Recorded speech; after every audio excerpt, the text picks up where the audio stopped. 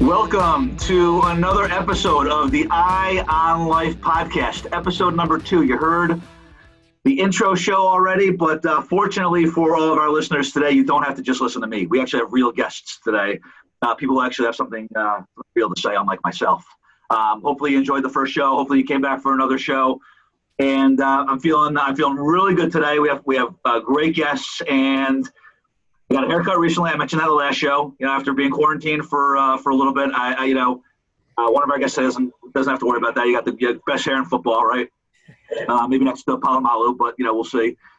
I'm not shaving today at all. I'm a little lazy about that, so I'm a little lax on that. But another reason why I feel really good today, in addition to talking about football and superfans, which is a great first show, I went to the dentist this morning. And I don't know about you guys, and we're not going to get into this too much. I love the dentist. I don't know if you guys do. What do you guys think about the dentist? Is it a place that you dread going? Do you enjoy going? What's your take on that? Definitely don't love them. I love the feeling. I love the feeling afterwards. It's maybe I don't love it when you're there, but where else can you spit and it's acceptable, right? I mean, that's not such a bad thing. Well, not in the age of COVID. I don't think you can spit anywhere, not even in a dentist chair. They barely let me spit today. I tried to spit a couple more times. They kicked me out of the office. But nonetheless, so I'm feeling fresh today. The personal hygiene thing is going, even though I'm unshaven. But I'm really excited about our first show. It's go time, guys, and let's get right to it because we want to hear from you, not from me. We talked a little bit on the first show about superfans, why people obsess over their favorite sports teams. We see it on all levels. We see it in Little League, right on the Little League fields. We see it in college. We certainly see it in the pros. And I'm not the most objective person because we could have had baseball people on today, which I love. Big fan of baseball. We could have had hockey, basketball, any of the sports, right? But come on, guys, it's football time, right? We had the draft a couple months ago, and we are hoping and crossing our fingers that we are going to have an NFL season. And the reality is, we're not talking X's and O's today. We're talking about the culture of superfans, and we are lucky to have two of the greatest superfans on earth with us. We have Joe Rubeck, who is known popularly around the world as License Plate Guy. But enough said. I don't need to say anything else. And then we also are fortunate out of Western New York, Buffalo Bills superfan, Del Reed, who is part of a movement called the Bills Mafia. It's a movement, right, Del? Is that appropriate? It is a movement. Yeah, that's the word we normally use. Sure. Movement is good. Movement means that things are changing, that things are heading in the right direction. And Joe, just so you know, LPG, the only reason why I didn't say Giants, because people can look at this and see the video and see that you're Giants. But if they're listening, you are a super Giants fan. So before we get to it, and as I said before, I told these guys before we got on the show that there will be no special treatment. Full disclosure, everyone knows this. Anybody who knows me knows this. I'm a huge Giants fan, season ticket holder. Bill, I was also born in 1975, so we're about the same age. And when I came out of the womb, I was a Giants fan, and there was never any real doubt, unless I wanted to have an adoption stage in my life, which I didn't want to do that. I was born into the Giants cultures, but there's no favoritism here. So Del, let's start with you, and talk a little bit about how you became a fan of the Buffalo Bills and circling the wagons. Well, thanks for having me on. First of all, this is pretty good company. It's nice to meet you through the internet, LPG. Yeah, much like you, it was just a different kind of womb that I emerged from. Mine was a Bills fan womb, and the illustration that I always use is, how a lot of Catholic families will have like a photo of the Pope up on the wall. In my family's case, we had a photo plaque of O.J. Simpson on the wall till about 1994. I don't know where that plaque is now, but it's not on the wall. I was going to ask if that was still up there or not, but no judgment. Right. So I grew up a Bills fan. In Western New York, it's pretty much a given that if you live here, that's how it's going to be. So not very exciting. I don't have some great story to tell other than the fact that I grew up on Sunday mornings. Sunday afternoons. Every fall, with my parents and aunts and uncles and friends yelling in front of the television. And then eventually I understood why they were yelling. And then I joined them in yelling, often for not the best reasons, but, there were some celebration yells in there too. But yeah, so that's my story. Like I said, just I was born and raised, and I'm doing the same with my kids, and I wouldn't have it any other way. So let me ask you this question, and you talk about, passing it along to your kids. It's obviously a tradition in your family. You pass it on, and was there ever any threat of if you decided to go a different way in your football allegiances that there would be any tossing into Lake Erie with, maybe a brick tied to you or whatnot? Or was there, because I actually did receive somewhat of a threat about lack of food, I think it was for me. I know Bills fans. I know a lot of them. They're great. They're great. Any threats like that? And did you have any threats to your kids when you had? No, there was never really needed too much. My first concern was that they would just love football because it's the greatest sport going. But with all the Bills DNA flowing through their veins, I wasn't ever too concerned about it. But they did know pretty early on not to specifically cheer for the Bills, but that we absolutely hate the Cowboys and we hate the Patriots. So that's a given for them. So they know that they're only supposed to root for the Bills, and the two teams they're supposed to hate the most are those two. Well, that's really interesting because the hatred of the Cowboys, I didn't realize that was such a Bills thing. I didn't realize that. I thought it was more Dolphins. That's an NFL thing, my friend. That is true. That's even if you know nothing about football, you know enough to hate the Dallas Cowboys. We know that. That's it. That's fair. That's it. That's awesome that you've had that tradition and been able to pass it along. And license plate guy, let's go to you now. But you've become almost an icon at Giants games, at away games. We see you on TV, obviously. I remember the first time I saw you on TV. I was like, "What? That guy's awesome. I don't know what he's doing. I have no idea what all the license plates are about, but whatever it is, it's pretty cool. I'm bought in." Talk a little bit about your history. You're very active in social media. You've been out there a lot. But how did you become a Giants fan, and how did you become a license plate guy? Well, I think Dell hit the nail on the head when he said, he thought he messed up. It said Sunday morning and afternoons. No, he's right, because your father or grandfather or grandmother, I don't care who it was, they almost had you getting ready for Saturday night to get your butt up early to go to the game on Sunday. So it literally was a 24-hour process. And, I do have to hit what you said, Dell, or your question, Brad, because you are bred into the family. And we have to work a little harder these days to our kids because of free agency and their favorite players moving on to different teams. When we were growing up, we didn't have that. So, I don't know about you guys, but when I bought a jersey of my favorite player when I was a kid, I knew that guy was on my team for 10 years. So, or whatever the case would be, not one or two, not the first contract. So, you're bred into the family from a young age. No, you don't have a choice to go and root for somebody else. That's a given. And in my case, look, I was going to games forever. My dad would take me. I think I'm at 40-something years without missing a game at home. And, this upcoming season, we pray to God we have fans. This will be my 20th year home and away, making every game. And I didn't set out to be license plate guy. It wasn't a thing. Real crazy name you came up with there, by the way, Joe.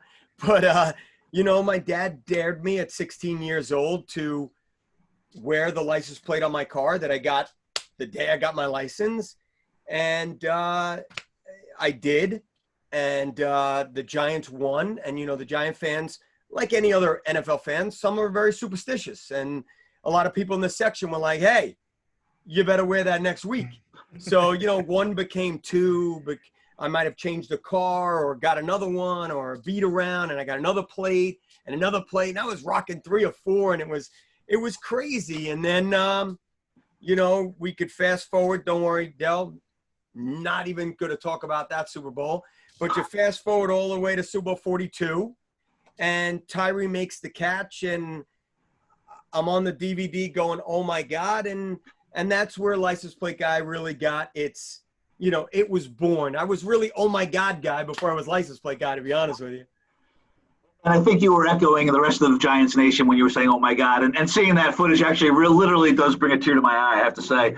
It's absolutely unbelievable. And you bring up a really good point because I do want to, the next question I want to ask you is why the heck do we do this? But my other question to both of you guys, and I want you both to answer this one, and LPG, you brought this up.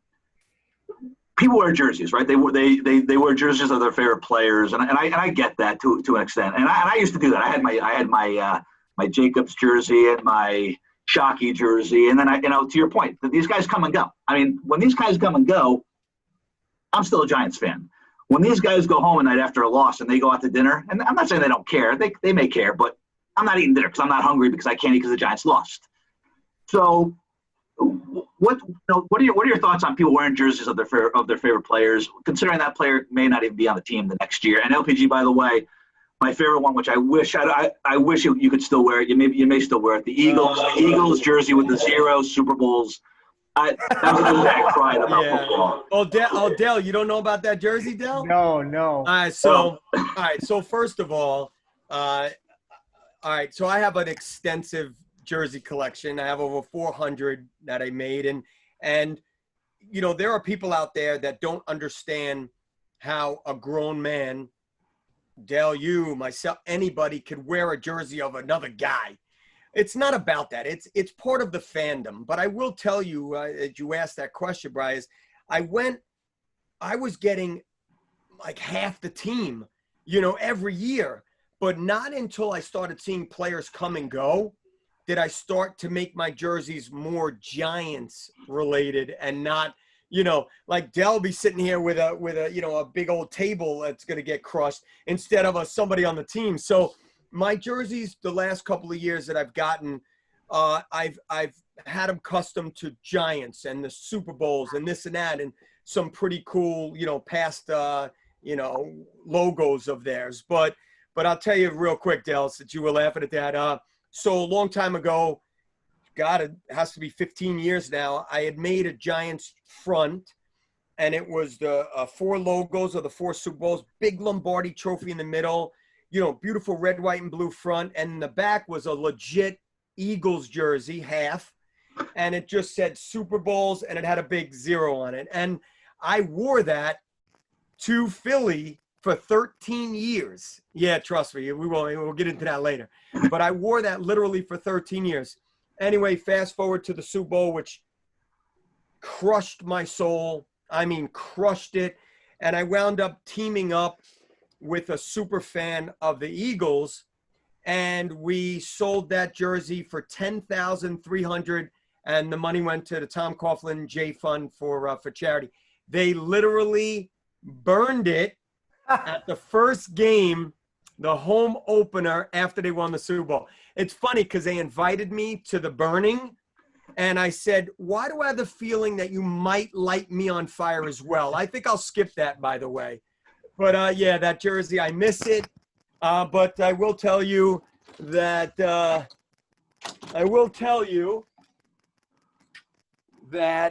we will rock this one in Philly, and we have a new one. Nice. Okay, so wait, now LPG, is this breaking news? Because if we can break news on this show about that, I might have posted it on my Instagram, but let's break it right now. We got a new Eagles jersey going. For those people not seeing this on video, which I really wish you could, because there are a lot of people that will listen to this podcast and not see it. We'll just describe that as an Eagles jersey. It says 1 because we have to give them their due on that. They won the game fair and square. Philly special. Okay, I'm going to try not to vomit. But they do have 1. And wait a second. Now, how many do the Giants have again? The Giants have how many? Giants have 4. And what's greater than what's more, 4 or 1? I'm not great at math, but we're gonna go with the 4. Thank you very much for that. The Bills fan here would love to have just 1. Yeah. Let me tell you something, Dale. I promise you that. I mean, look, I can't imagine what it's like to make it to the big game. The Giants made it once and lost. I honestly can't imagine what it's like. But I will tell you that it's coming, and you sit and you're a super fan and you go at it every single year until one day you get to experience that, and there's nothing in the world like it. I mean, you'll be in euphoria. It's the greatest feeling in the world, and it will happen. If it happened to Philly, it's happening to Buffalo. Well, I'm telling you right now, we're ready.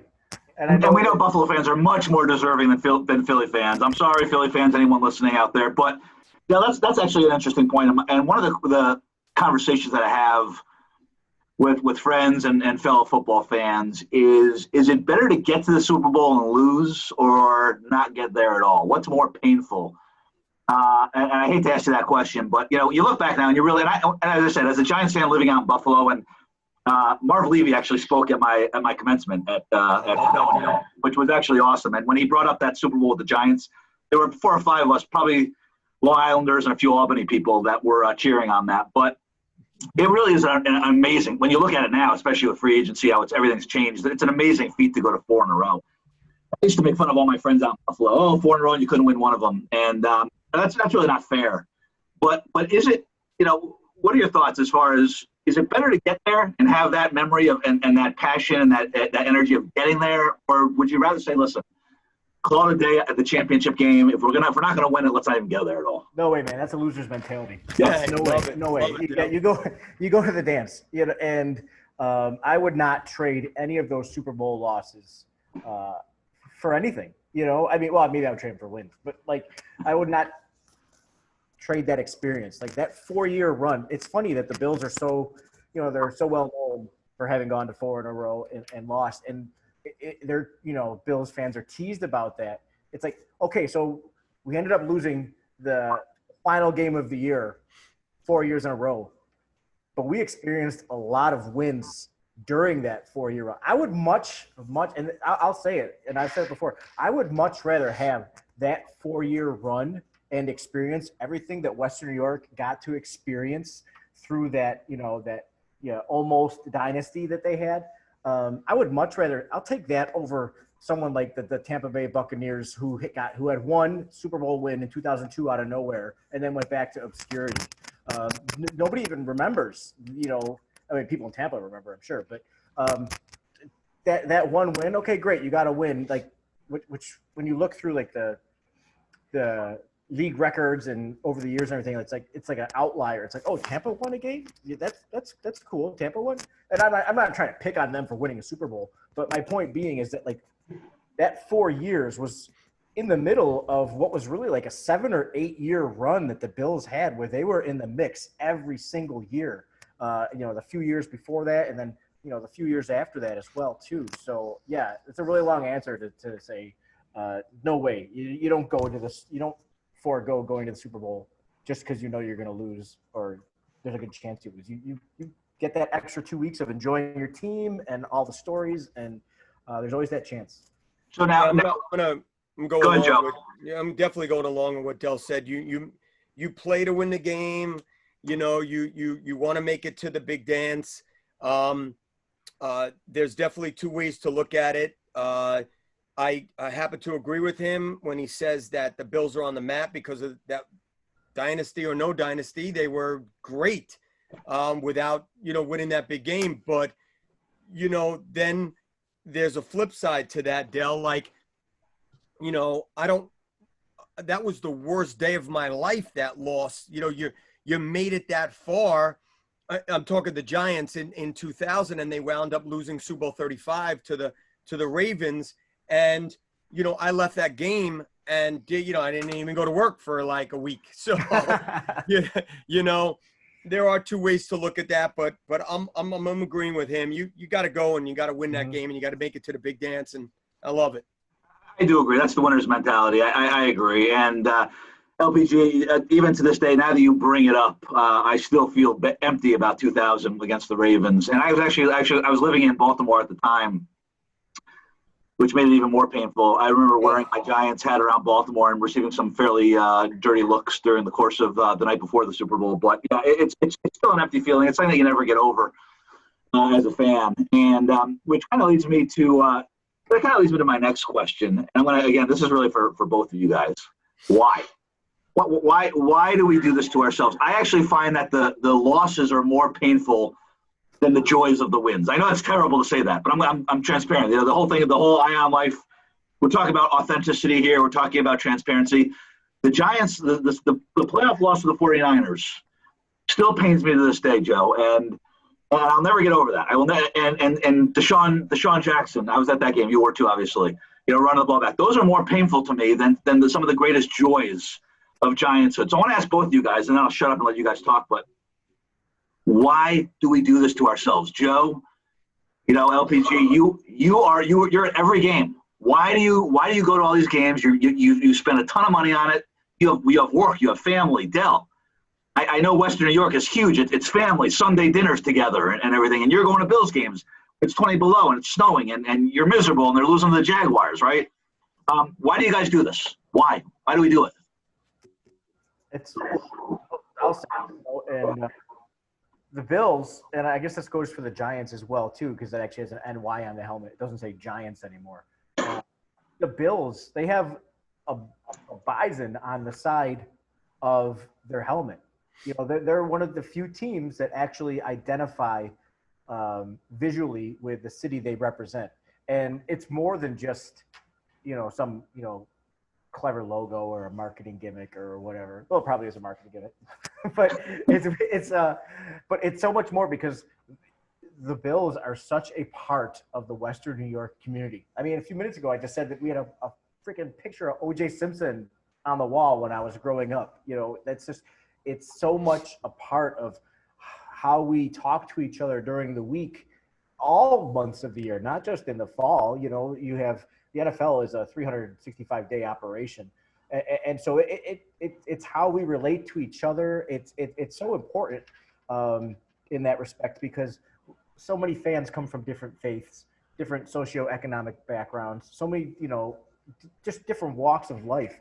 But the Bills are the one thing that doesn't matter who that person is. I can connect with them and I can share that with them. And they represent something that, I love living in Buffalo. I love living in Western New York. So there's this entity out there that represents, my region to the rest of the world.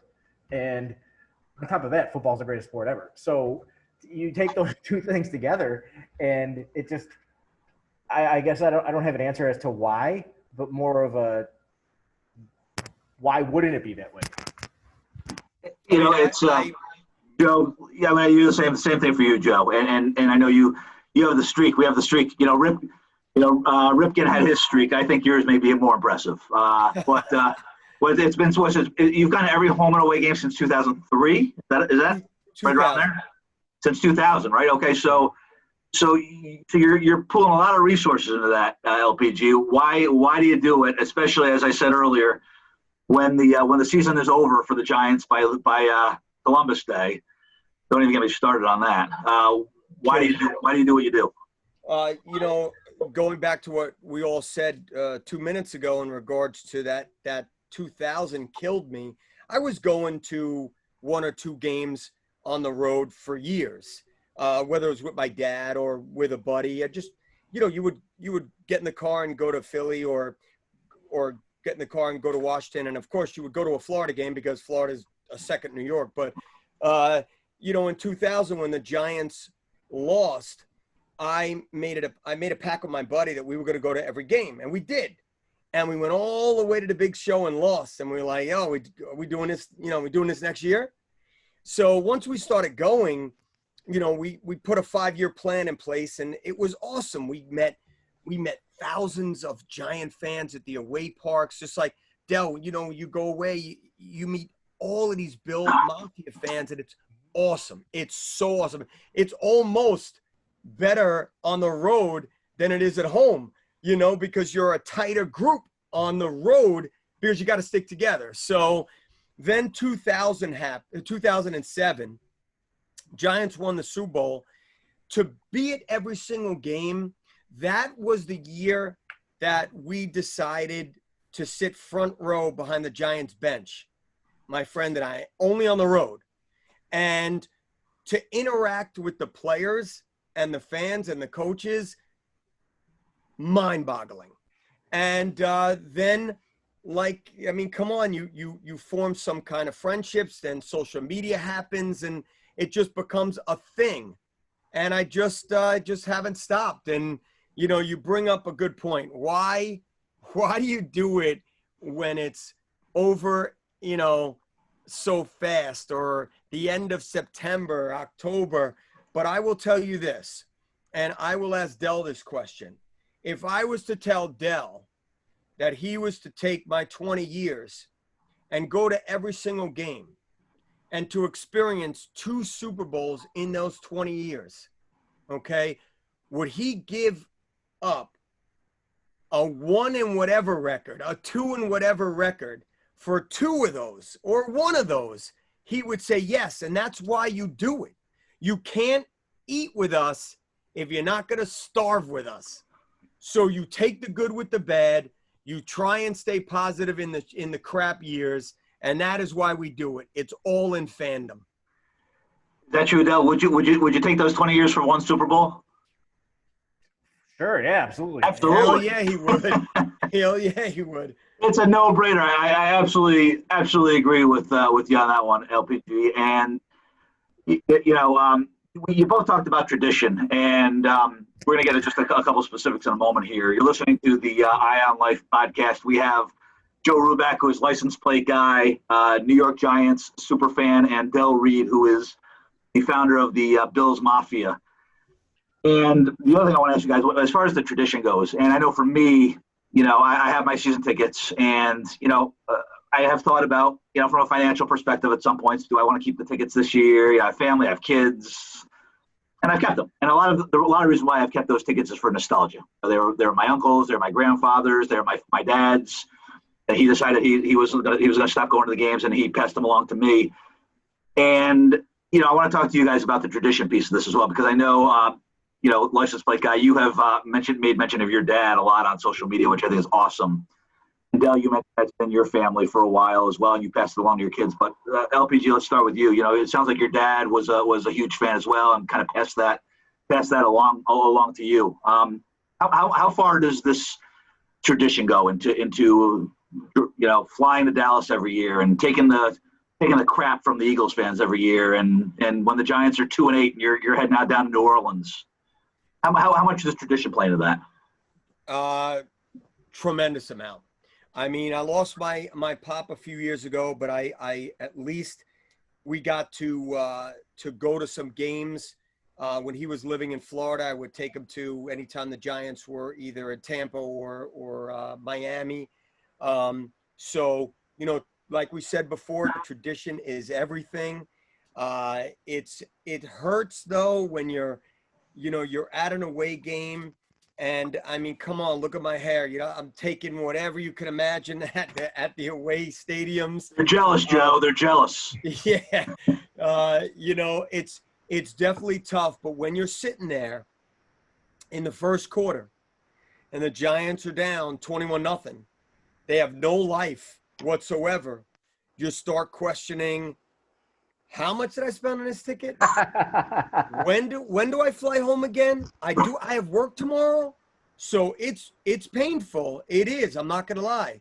But again, it goes back to, you're not going to eat, you're not going to starve with us, then you're not going to eat with us. And, I'm sorry. I don't like the fans that are going to show up only when you're winning. Like, I'm sorry. I'm not about that. I try and stay positive. A lot of fans call me a homer.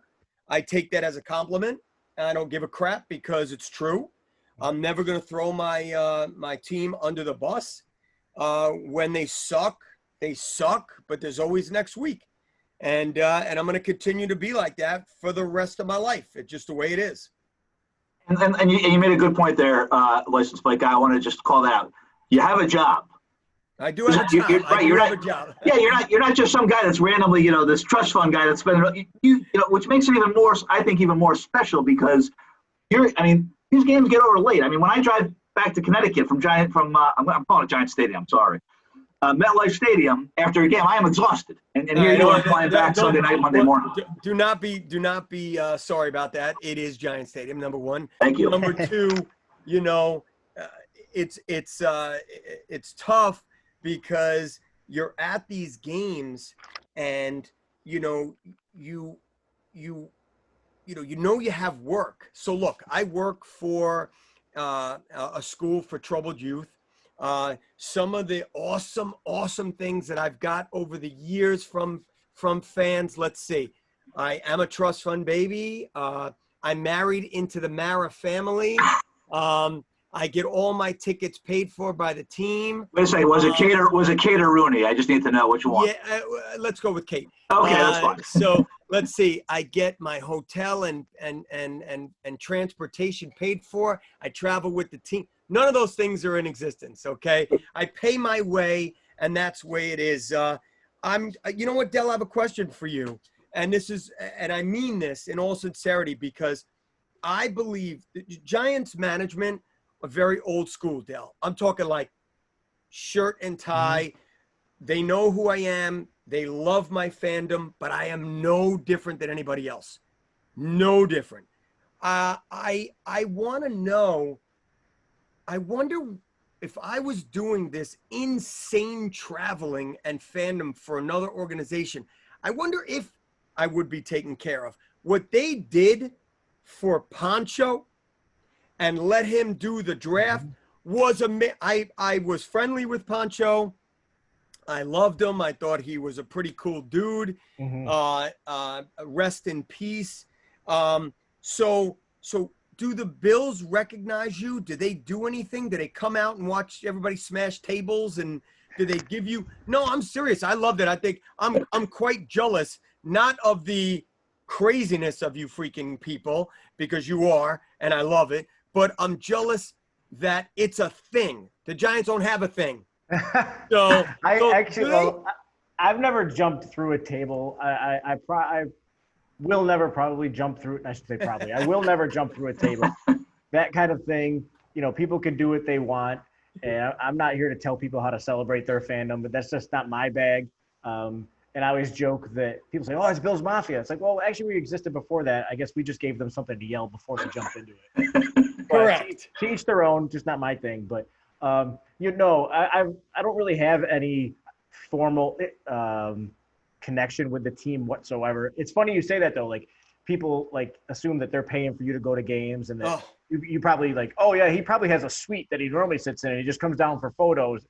Man, I always joke that the average Bills fan probably gets more love from the organization than I do, but that's fine. I don't want any. I don't want special treatment. I don't want to be different than every other fan, but yeah, I don't get anything extra. I mean, I've been blessed with the opportunity to meet a couple different players over the years and, become friendly with them, but there's no, that's just a friendship that you just happen to, that's it, right? That's it right there. It. You form that. That's correct. You form that. Now, to that end, or to that point, what the team did for Pancho was amazing. Fantastic. And, they didn't have to do that.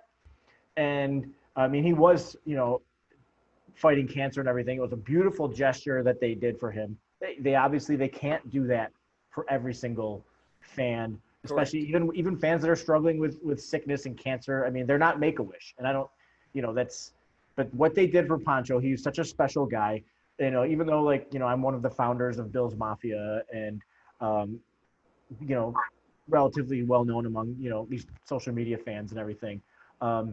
He is the face of Bills fandom, as far as I'm concerned. Him and Pinto Ron, who I'm sure you know. Pinto Ron, yeah, Pinto. Yeah, so those two guys are the face of Bills fans. They are the super fans. I'm just a guy who came up with a hashtag and happened to get some followers out of it, and I try to do good as much as I can along the way with that.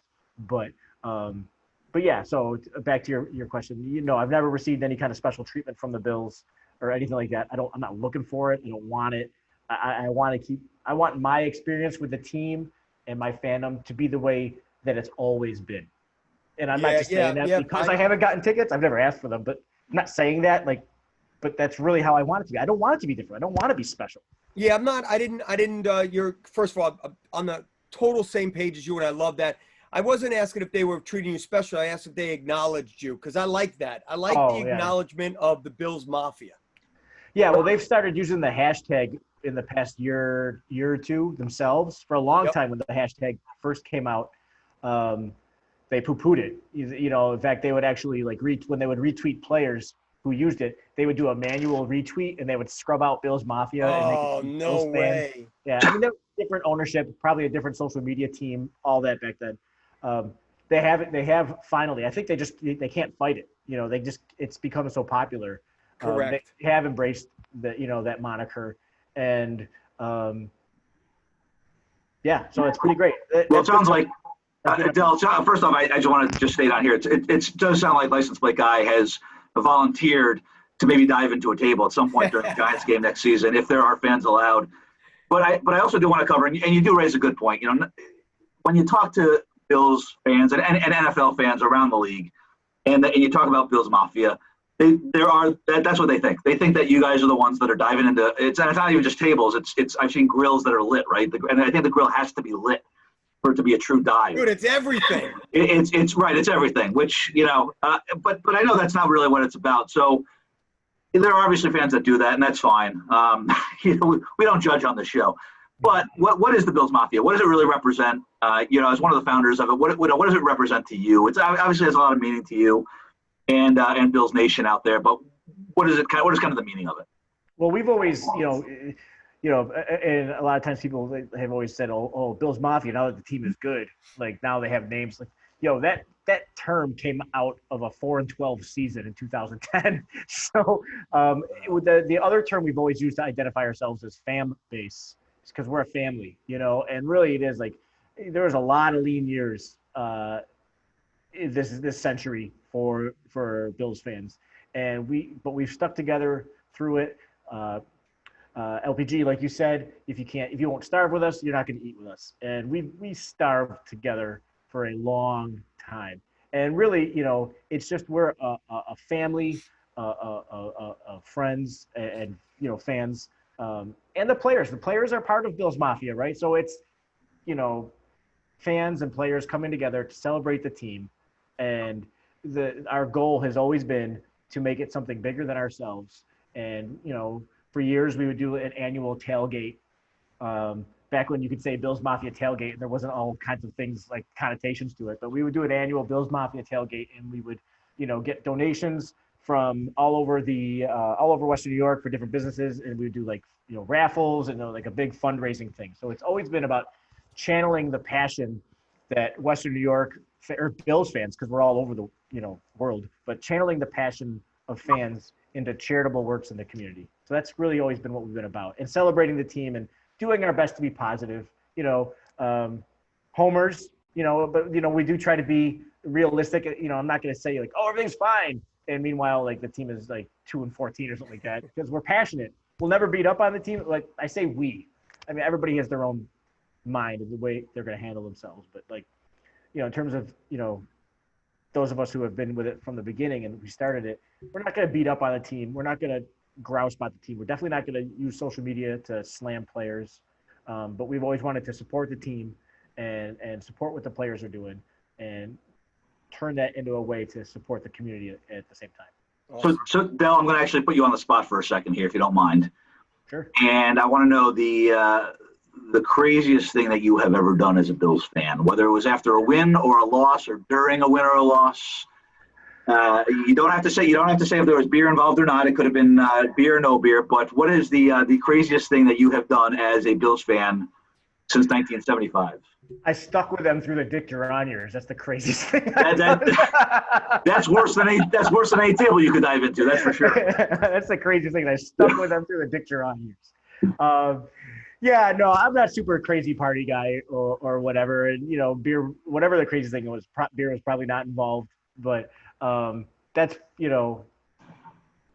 probably my answer. Just I've stuck with it. It's a sarcastic answer, but I don't know. I think that is crazy though, and I, honestly, I mean, seriously, and Joe brought this up before, but you stick with your team no matter what.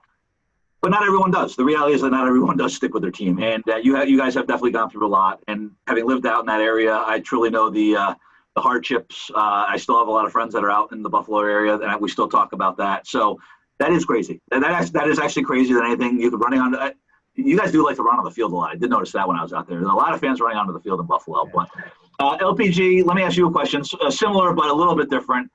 Not necessarily the craziest thing that you've done, but you go all over the league. You're traveling to the away games. And as you said, the license plates might put a little bit of a target on your back, right? And I think you have great hair, honestly. But the long blonde hair can maybe also put a little target on your back. Which fans, and I can probably guess the answer to this, but which fans have been the nicest to you, and which ones have been literally just absolutely nasty to you? Well, you definitely know the answer to the second part. Yes, I do. Uh, uh, let's talk about that one first. The Eagles are by far the worst fan base to go to an away game. If you are an opposing fan and your team wins, look out. If you are an opposing fan and your team loses, look out. Yeah. So Either way, you're screwed, basically, is what you're saying in Philly. It doesn't matter. I swear to you, it doesn't matter. However, the cool thing about going to Philly, I've been there, 20 years, that I've gotten a couple of friends, and then I go to their tailgate, which is extremely close to going inside. So you have to get there really early and get in. My license plates are up to 93 or something, so I don't really bring them. I bring like maybe 10. And the funny thing about that is every time I go now to Philly or to Dallas or wherever, I try and go into the same entrance where maybe the same workers are there. And then as soon as there's a different worker and they look at them and they're like, so, they immediately call for support. And then you hear like, oh, that's that guy again. Just let him in, which is cool. I must. They don't throw things at you though. I mean, come on, they know you by now. Are they throwing batters at you? Are they yelling at you? Are they picking fights with you? Come on, you're a good guy. You're definitely getting, ribbed the entire game, and it's been no fun. The Giants haven't won anything, so I'm literally going to games, and you could start yelling at me at the national anthem, and they're not going to stop until the end of the game, and it does suck. The greatest thing about deciding to sit front row is that you never, ever have to turn around. So if Dell is sitting behind me in the third row and I'm in the first row and he's talking about the hair and about the team and about you guys suck and you guys haven't won anything, and I never turn around, that's got to grind someone's gears. That's got to kill them. Like, come on, man, just turn around and say something, So Philly is by far the worst. Dallas is up there, although it's my favorite stadium to attend. And Dell, if you haven't been there and the Bills are playing, please take some Bill Mafia fans and go. The stadium is incredible. You could take Giant Stadium and put it inside of that stadium. It's a monstrosity and it's gorgeous. But I will tell you the best is, Midwest, go to Chicago, go to Kansas City, go to Green Bay. Those fans are awesome. They are awesome. They don't even give a crap about you. They just give a crap about their team. So it's fun to go to places like that. Seattle was awesome. Just go someplace, and it's kind of fun to go. I have kept you guys a while here, so we're going to start to wrap up here. I could literally talk to you guys all day, especially when it comes to talking about football. But I do just have a couple more questions I want to ask you. And LPG, I want to start with you, and then I'll get to Dell similar on the business side. So you're super fans. We know you're super fans. You guys are out of your mind. Let's just say that. Okay, and I say that as a fellow person who is also out of their mind. I love it. I think you guys are awesome. But you do have a life, and I want people to make sure that they know that you have a life. And that's not, football is obviously a big part of all of our lives. That's why we're doing the show. But you guys do a lot more. And LPG, I know that you do a lot of charity work. You mentioned it before with the burning of the jersey that I love so much, mocking the Eagles and their fan base, which I loved. And I know that you also do a lot. I know with Landon Collins, you do your charity softball game. I want to give you a chance to talk a little bit about your charity work and what you do, because again, you have a very positive. People can call you homer. They can call you whatever you want. People are always going to have their opinions on things, but you do a great job in the community. Talk a little bit about the softball game that you run and some of the other charity work. I know you're out there a lot doing that. Yeah, like Dell said just before, with his platform, he wanted to do something special. He used that word special, and I love that because, with the birth of social media, you were able to get all your information out there, and I was doing little things for breast cancer and this and that in my hometown, and I was making a few $1,000s and giving it to charities. But Landon Collins and I became friends that year, and we were sitting having dinner at the Pro Bowl. And I said, we should do some kind of a charity game. And he's like, what? What game? I'm like, I don't know, like a dodgeball, softball type of thing. And we put it together, and I reached out to my friends on the 42 and 46 Super Bowl teams, Brandon Jacobs, Ahmad Bradshaw, Chase Blackburn, those guys. And we wound up to put together a softball game with the proceeds going to the Tom Coughlin J Fund. We had 50 Giants show up. The next year we had 70 Giants. The next year we had over 100 Giants. Mm-hmm. So in 3 years' time, we were able to raise $100,000 for various charities. And I think that, I'm not saying super fans, whatever you call us, fans that do a lot of work. I don't, super fans, I never really loved it because we're just a fan of our team. We just have a little more access, or a little bit more of a bigger platform, I should say. So it's been awesome to give back. I mean, it's been incredible to put together some events that give to charity. And as long as I'm on social media and I have any kind of platform and I could do that, I'm gonna continue to do it.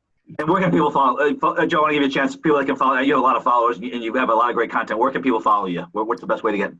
Anywhere and everywhere at License Plate Guy. Beautiful, love it. And before I move on to Dell here, because I'm going to ask him about his business as well. But how dare Landon Collins? How dare he? I'm sorry. How dare he go south to the Redskins? I'm sorry. I am still angry about it. I understand it was a great. How dare he? That's a really tough.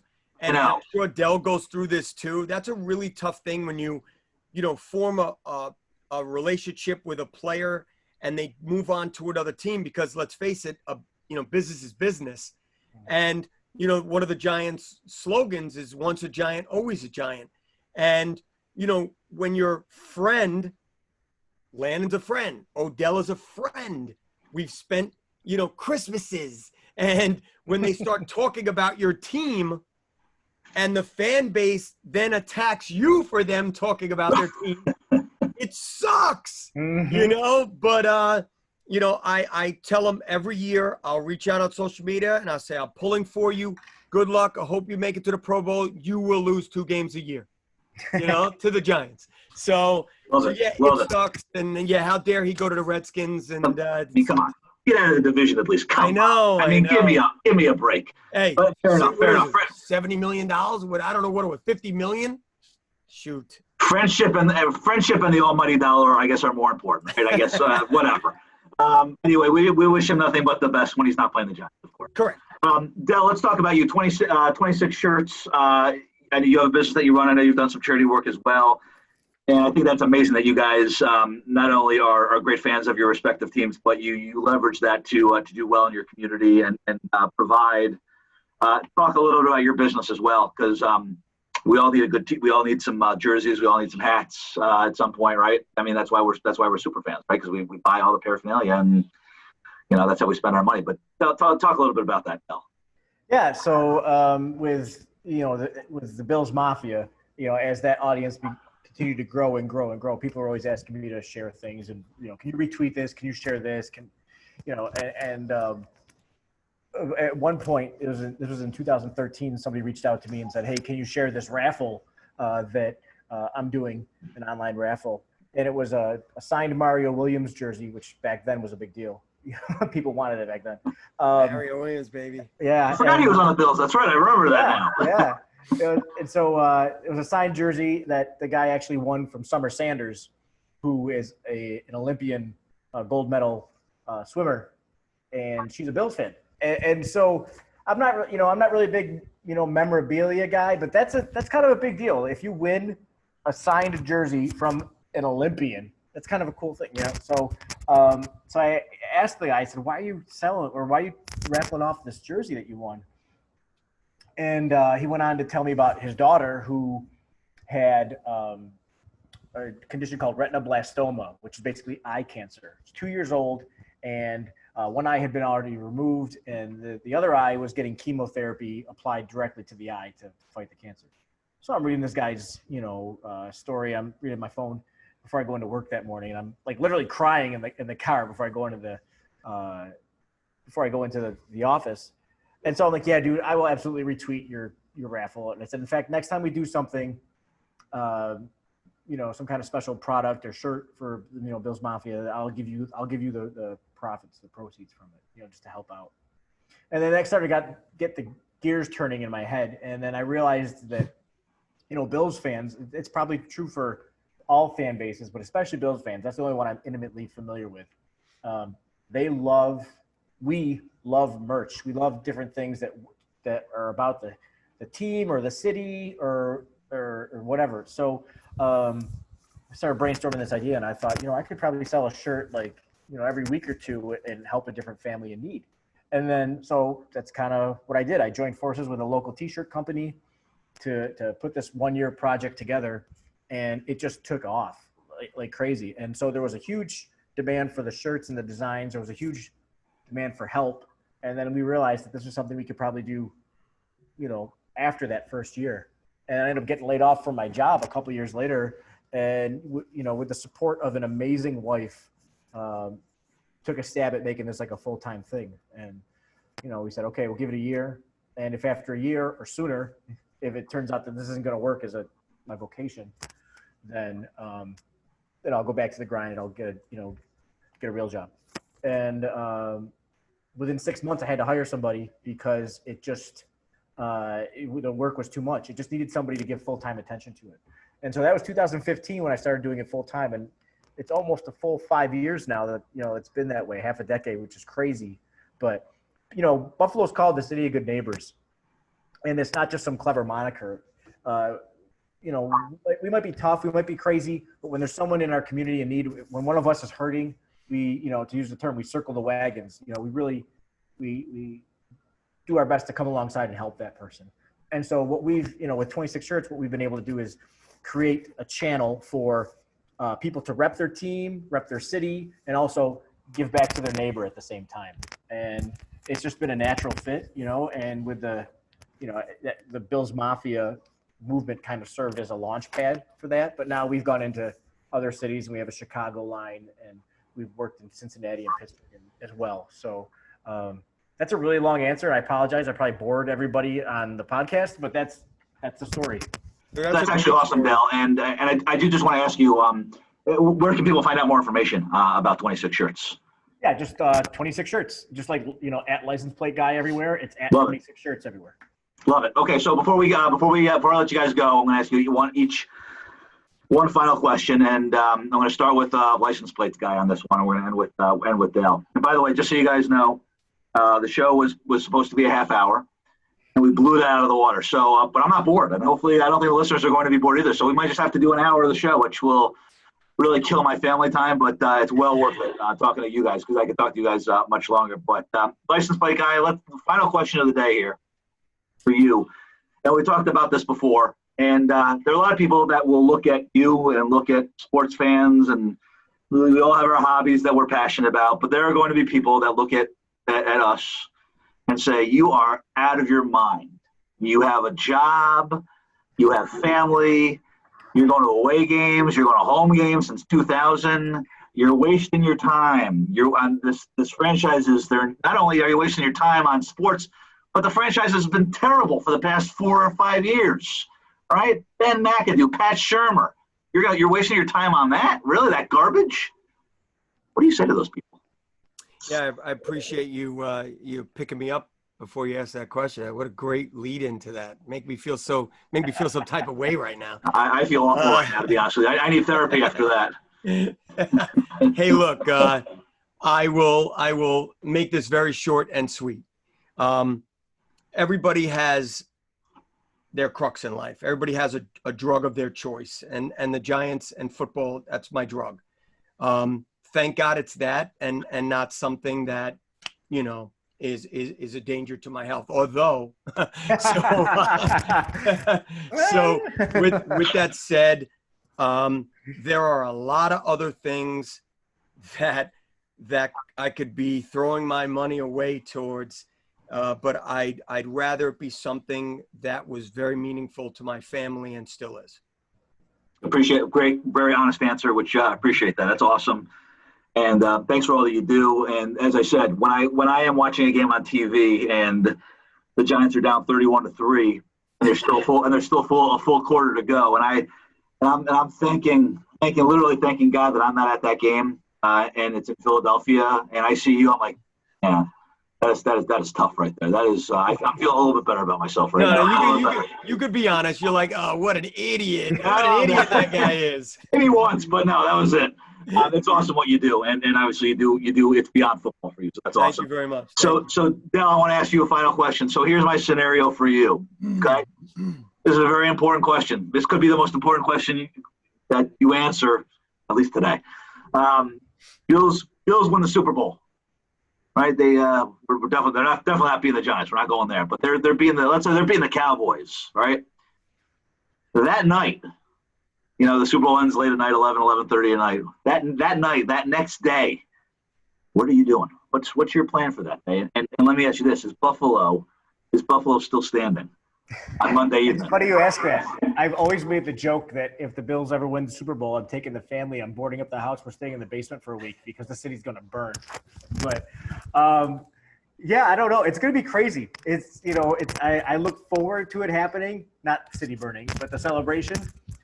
It's going to happen. I know it. I know it's going to happen, before I'm 6 feet under. I'm looking forward to it. Hopefully it's soon because I'm still kind of spry. At 44, I still have a little bit of energy. I could probably go out there and enjoy it. I'd hate for it to be when I'm 84.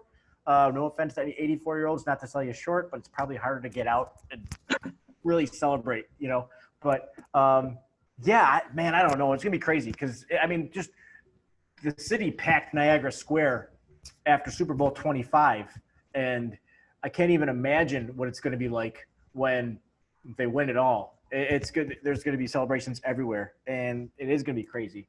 And I don't know what it's going to be like, but I cannot wait to see it. Well, because Giants fans are such amazing people, Dell, we wish you the very best, and I hope that does happen, and I know it will happen for the Bills fans. And one of the best moves that the Bills made wasn't even a Bills move, and that's Tom Brady moving to the Tampa Bay Buccaneers. So thank goodness for that. I know you guys must have loved that. Eye on Life podcast today, we were talking. These guys, you're right. You made a great point, license plate guy. You're not super fans. You're fans that do a lot. You love your teams. You're dedicated to your teams, but you're also dedicated to your community, your city, and that's awesome. I got to be honest with you. I still don't really understand why we do what we do. But hopefully we were able to answer some of the questions that people may have for us, and I want to thank you both. We will have the plan will be that when the Giants and the Bills play in this year's Super Bowl, we'll have another show as a follow-up. How's that? Is that fair? If that happens, can we do another show? I think. I don't think Dell and I will be friends then. Oh no, we still will. We're used to losing to the Giants in big games.